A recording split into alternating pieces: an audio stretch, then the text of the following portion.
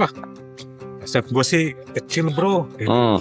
Ya nggak ada apa-apanya lah gitu ya. Ya. Tapi biar kecil kan aset, Iya, jadi ada nilainya kan. sebenarnya pada dasarnya bukan masalah besar atau kecilnya aset. Masalah itu real, tercatat atau tidak tercatat. Dan yang paling penting, apalagi kalau buat perusahaan, aset ini harus bisa menjadi alat, ya, harus bisa menjadi sarana untuk dia berproduksi.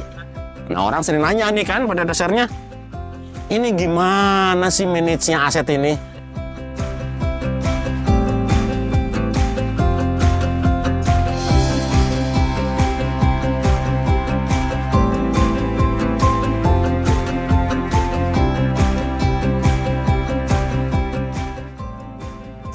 Wah, Bang Roy. Sore paling bener nih. Lo sore-sore masih sore udah pakai jaket, pakai hoodie. Meriang. Alamak, Masya Allah. Ketemu. Iya. Enak banget lihatnya. Habis nyiramin pasti. Kakak juga, con bengong doang. Sore ini sebenarnya bagus, cuman sumu. Kan paling nikmat nih kalau sore nyiramin. Iya. Kopi. Terus merenung. Sambil ngerokok. Iya. Tapi lo sehat tapi? Oke, cuma meriang aja ini. Lagi meriang. Udah yang paling bener emang paracetamol. Lo duduk di sini. Sambil ngeliat. Bisa di teras dah. Sambil ngeliat. Liatin aset. Yang lebar. Asetnya Bang Roy ini. Asetnya kawan gua kali ya. Asetnya Bang Roy dari sana ke sana ya. Masya Allah. Amin. Kita aminkan aja. Aduh. Hari-hari sore-sore gini lo meriang ngomong aset. Ribet gak sih ngurusin aset tuh? Anggap aja nih asetnya Bang Roy. Sebenarnya sih nggak ribet ya. Nggak ribet asal lo ngerti tujuannya. Kan namanya beda nggak sih kalau mikirin aset sama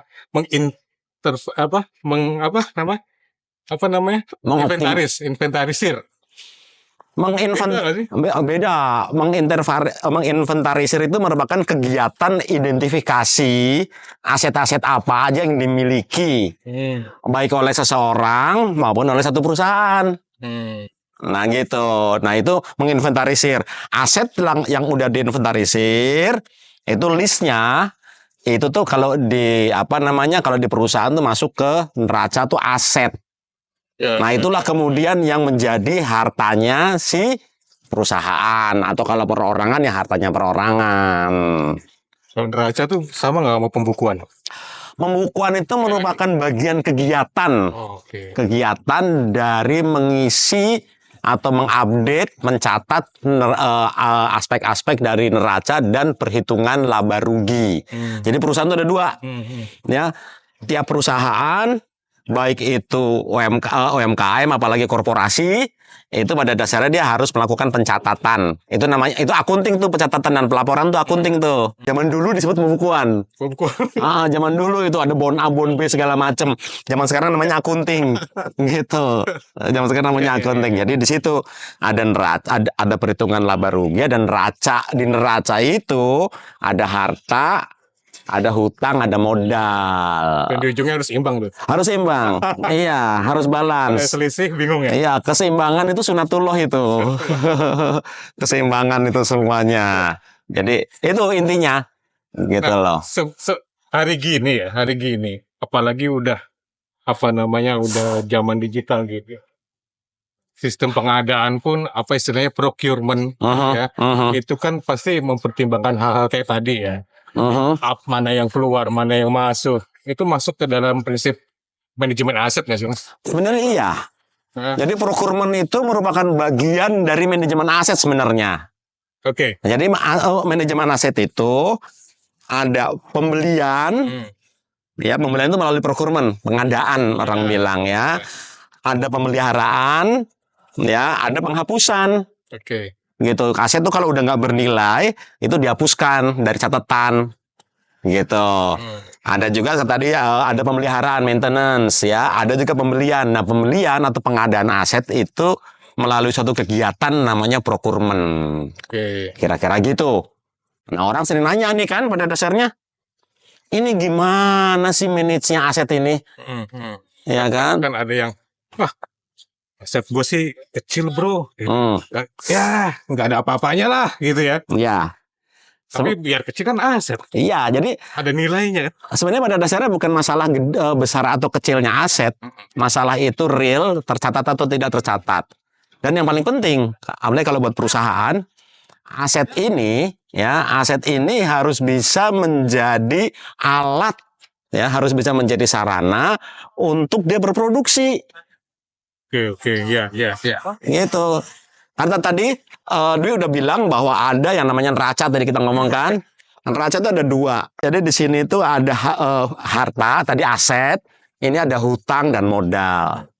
Kalau di apa namanya konsep keuangan, hutang dan modal itu namanya sumber dana.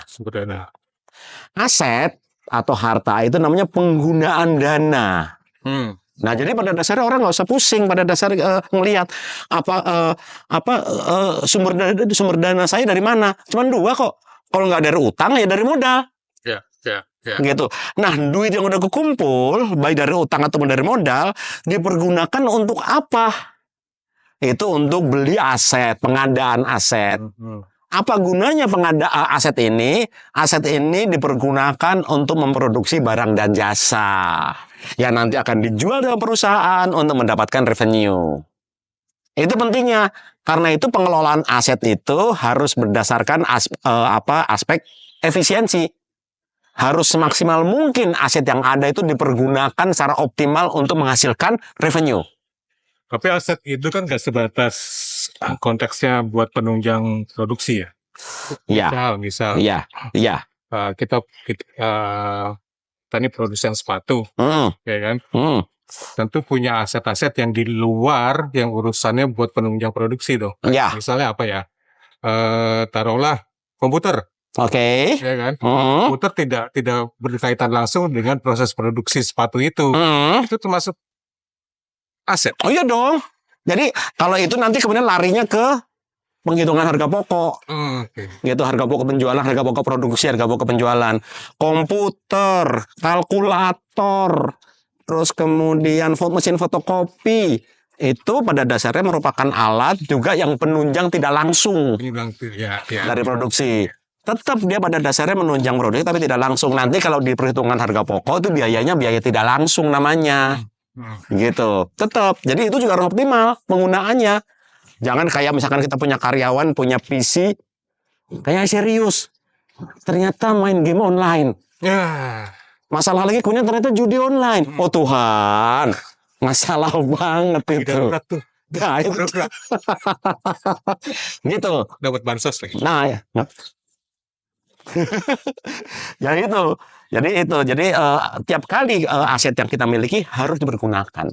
Dan kemudian ingat, aset itu ya kalau kita lihat dari strukturnya itu ada yang dalam bentuk kas yang di bank, ada yang dalam bentuk piutang tagihan kita, ada juga yang dalam bentuk mesin-mesin, bangunan, dan ada juga dalam bentuk yang lain-lain. Ya. Perusahaan itu hebat loh, kaya loh, duitnya di bank banyak. Kalau misalkan alokasi aset dalam bentuk kas di bank kebanyakan itu nggak efisien. Iya. Karena kan bukan untuk produksi nih. Benar. Kalau dalam bentuk piutangnya banyak banget. Sesuatu yang mengendap ya. Dalam piutangnya banyak banget. Nggak bener juga. Artinya lo nagih piutangnya kurang kenceng. Cash flow-nya mandek. Gitu. Jadi harus seimbang itu. Gitu. Mensiasati aset-aset yang udah mengalami penyusutan fungsi lah ya. Itu gimana Bang? Kan gini ya, maksudnya ada beberapa cerita kawan-kawan misalnya punya workshop gitu. Terus produksinya kan semakin lama menurun ininya. Fungsi itu. Sementara dia belum punya modal baru untuk beli barang yang lebih baru gitu loh. Itulah gunanya ada namanya penyisihan penyusutan. Ya. Di akunting itu ada bahwa aktiva tetap atau aset yang berwujud itu harus disusutkan. itu emang pengeluarannya nggak cash, tapi di buku tercatat sebagai pengurang. Nah itu sebenarnya tabungan sebenarnya. Gitu, kayak misalkan kemudian kita punya mesin itu biasanya kemudian 10 tahun disusutkan. Begitu tahun ke-10 nilainya udah 0 tuh. Artinya sudah harus dihitung dari awal. Yes. Dan udah ada acuannya. PSAK namanya, itu udah ada acuannya. Kalau mesin tuh berapa tahun disusutkannya, bangunan berapa tahun, terus ke komputer berapa tahun tuh udah ada acuannya. Dan itu pada dasarnya penyusutan itu masuk ke perhitungan rugi laba walaupun pengeluarannya nggak cash, nggak ada pengeluarannya. Tapi di buku dikurangin. Artinya harus disesuaikan dengan produktivitasnya, Dok? Disesuaikan dengan jenisnya. Dengan jenis asetnya itu sendiri.